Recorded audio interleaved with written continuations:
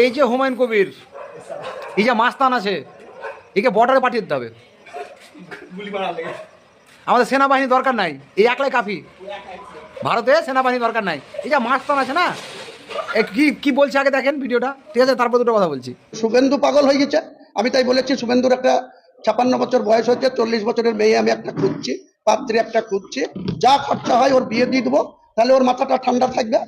আর মমতা ব্যানার্জিকে ওই এতে পাঠাবো, রেজাল্ট যেদিন হবে সেদিন ওই দীঘাতে যে জগন্নাথ ধাম করেছে ওখানে কল তলোয়ার বাজাবে, মালা পালা করবে।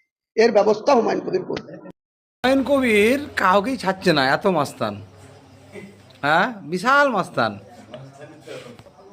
ফালতু আমাদের সরকারকে, সেনাবাহিনীকে মাইনে দিয়ে কি লাভ? একলাই তো কাফি। দেখেন আরেকটা দেখেন ভিডিও। তা আমার বিরুদ্ধে এফআইআর করছি, আমি মসজিদ করছি বলে যত খুশি এফআইআর হোক, হুমায়ুন কবির এসব পরোয়া করে না। হুমায়ুন কবিরের গায়ে হাত দিলে সেদিন মুর্শিদাবাদ জেলার কোনো থানাকে আস্ত রাখবো না, মুভমেন্ট করতেই দেবো না।